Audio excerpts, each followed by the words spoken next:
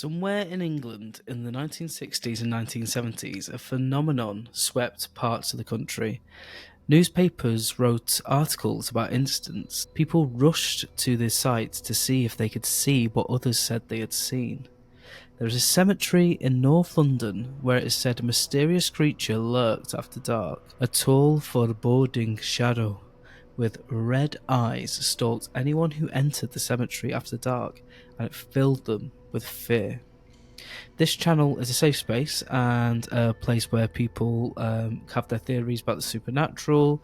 We've spoken about ghosts, Bigfoot, UFOs. However, now I need to ask you a question. Do you believe in vampires? Now, welcome back, Spook Crew. If it's your first time here, welcome to Spooky Island Radio, where each week we dive deep into the shadows, where spirits roam, UFOs lurk, and mysteries wait to be uncovered. So, turn down the lights, brace yourself, as what we're about to explore might just haunt you.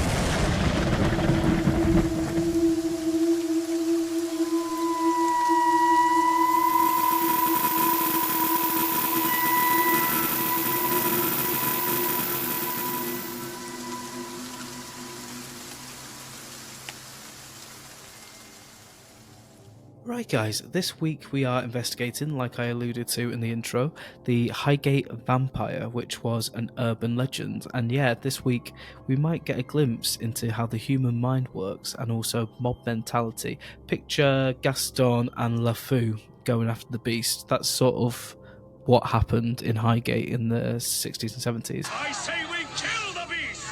From my research, Highgate Cemetery is spooky enough. However, throw in the idea that there is a vampire stalking the ground and people just lose their frickin' minds. But more about that later. Let's get into some of the history of Highgate Cemetery and the surrounding area. But before we do, drop a comment below, and if you have any suggestions on haunted cemeteries I can cover in future videos. Also, if you have any supernatural experiences whilst in a graveyard or cemetery, I'd love to hear it in the comments. So yeah, let me know down below, as they say. Let's get into it. Right, future Andy here. Apologies, a little bit later in the video. I start to really struggle with my throat. I think I just got back from work and I think maybe got some cat hair or something at the back of my throat. So apologies, just a little bit of a heads up towards the end of the video. The quality is still great, but my voice starts getting really croaky, like I'm what's the name, Doc Cotton off of EastEnders or something. So yeah, so apologies for that, but hope you enjoy the episode. The main section of the cemetery, or west side of the cemetery, was consecrated by the Bishop of London on the 20th of May 1839. Now, it was part of an initiative to provide seven large modern cemeteries which sort of loop around the city of London. The inner city cemeteries, which were mostly the graveyards of individual churches, had long been unable to cope with the number of burials that were seen in London, and were also seen as a bit of a health hazard and an undignified way to treat the dead. Perched on a hill above the smoke and the filth of the city of London, can confirm, Highgate Cemetery soon became a fashionable place for burials and was much admired and visited. And yeah, I really need to go, as well as all these London locations I've done episodes on that I haven't been to. But yeah, it looks really cool, and again I'll post some photos and some links to the website so you can see it. But yeah, I'm gonna have to go with my camera definitely at some point. Now, the Victorian romantic attitude to death and the presentation led to the creation of a labyrinth of Egyptian sculptures and a wealth of Gothic tombs and buildings within the cemetery. The rows of silent stone angels have borne witness to pomp and ceremony. But why did the Victorians love spiritualism and the macabre so much? So obviously it's speculated that the Victorians were captivated by spiritualism for several reasons. Influenced by a blend of social, technological and philosophical changes, spiritualism which centered on the belief that spirits of the dead could communicate with the living, emerged in the 1850s and quickly spread through Europe and America. And don't forget, there was very high mortality rates before the discovery of like modern medicine. Many families face the death of loved ones, often at a young age, and additionally, Queen Victoria's prolonged mourning for Prince Albert in 1861 helped make grief and remembrance a more cultural focus. Now, spiritualism often offered comfort, providing a way to connect with lost loved ones and cope with grief, and this is still true to this day, with many people deciding to reach out to psychic mediums to try and speak to their loved ones. Ghost stories, gothic novels, and tales of supernatural were immensely popular, further heightening the allure of spiritualism. So authors like Charles Dickens' A Christmas Carol, Bram Stoker's Dracula, and Arthur Conan Doyle, who wrote Sherlock Holmes, who's also apparently a spiritualist himself, contributed to a cultural environment that was steeped in the mysterious and otherworldly. And it wouldn't be an episode without Lizzie walking across, would it? Lizzie, say hello to the camera. Lizzie, say hello. Say hello. Who's this? Who's this, Liz? Lizzie? Hey. Whoop, whoop. Hello. Anyway, take two. She loves disturbing me, so where was I? And lastly, the reason I think that spiritualism was so popular back in the day was the rise of mediumship. Mediums, often women, rose to prominence by conducting seances. There they claimed to communicate with the dead. The act of gathering for a seance was both a form of entertainment and also a serious pursuit, blurring the line between performance and genuine belief. Theatrics such as table rapping, spirit writing, and ectoplasm, wink wink, added an element of drama that captivated audiences, making spiritualism a social and cultural phenomenon. Now, the cemetery became known for its famous residents, including philosopher Karl Marx, novelist George Eliot, and scientist Michael Faraday, who was made famous for his work with electromagnetism and electrochemistry. Now, the cemetery's Victorian architecture and landscaped grounds made it a sought-after burial location, like I previously said, for the London's wealthy and the London elite. Now, by the mid-20th century, Highgate Cemetery fell into neglect due to changes in burial practices, financial struggles, and the decreased interest in Victorian cemeteries. Overgrown vegetation gave the site a haunting quality which attracted paranormal enthusiasts and led to stories of ghosts and mysterious happenings. Now, in the 1970s, the cemetery became famous for the so-called Highgate Vampire. Sightings sparked media interest and various accounts of supernatural activity. The Highgate Vampire story is one of London's most famous urban legends, and it emerged in the late 1960s and early 1970s, as I previously stated, and it began with reports of unusual events in Highgate Cemetery, which was overgrown and neglected at the time, like we know. And yeah, visitors reported sightings of a tall, dark figure with hypnotic red eyes that glided amongst the graves. Now, this figure was said to be dressed in Victorian-style clothing and instilled a deep sense of fear in everyone who encountered it.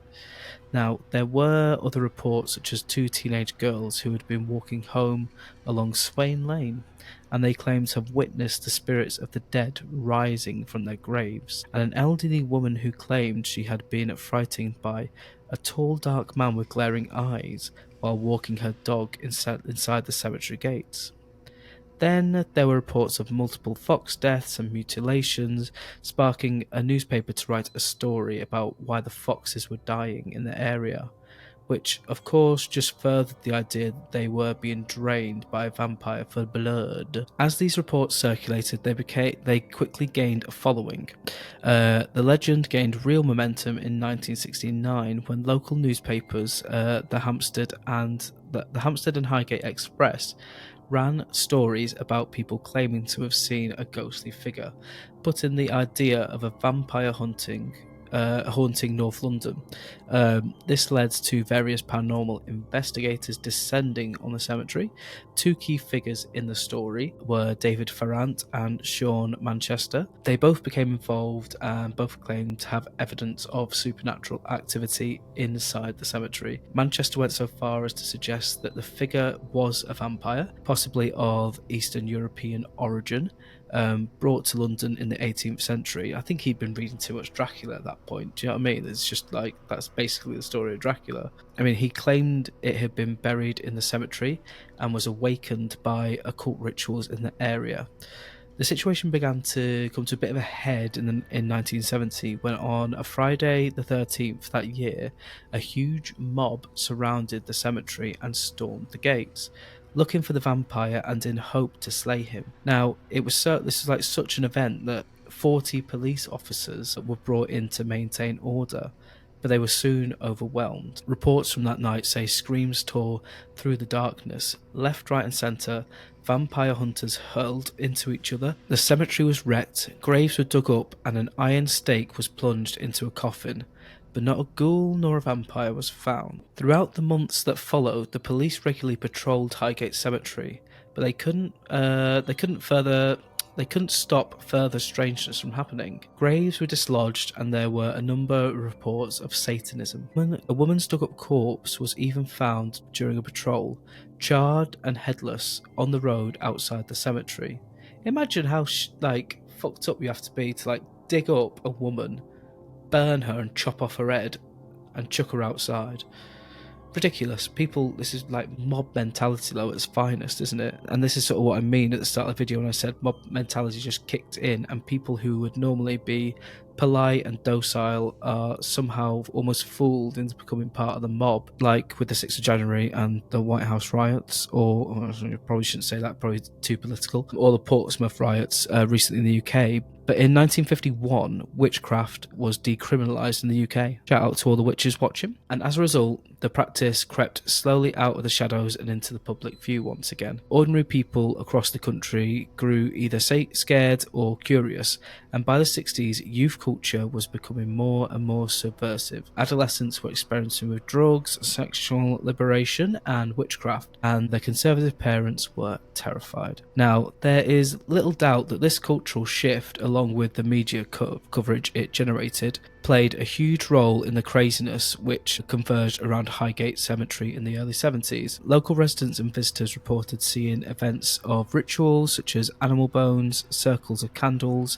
and strange symbols drawn on gravestones. And it's believed that some of these activities were conducted by individuals or groups invested in summoning spirits or invoking darker forces. So it's obviously clear that stories also circulated about hooded figures and pentagrams drawn in various areas of the cemetery. However, it's difficult to confirm whether these events were actually satanic ceremonies or if they were simply exaggerated tales born from the public hysteria and mystery surrounding the cemetery. Now, I've spoken a fair amount about the apparent vampire and the occult rituals that possibly took place and sort of the cultural reasons for this and these things to take place, but let's have a look at some of what other ghosts are associated with Highgate, not just the vampire. Be you vampire! One of the cemetery's most famous apparitions is that of the Grey Lady. There's always a Grey Lady. Always Grey Lady, but she is believed to be the spirit of a woman searching for her children's graves, which is just so sad when you think about it. Witnesses have reported seeing her wandering the pathways of the cemetery dressed in Victorian era clothing, often in the mist or twilight. Now, her presence is said to bring an overwhelming feeling of sadness to those who encounter her. Others speculate that she could be a former caretaker or a lady who met a tragic end under unknown circumstances. Regardless of her identity, her spectral appearances continue to captivate visitors and paranormal enthusiasts alike.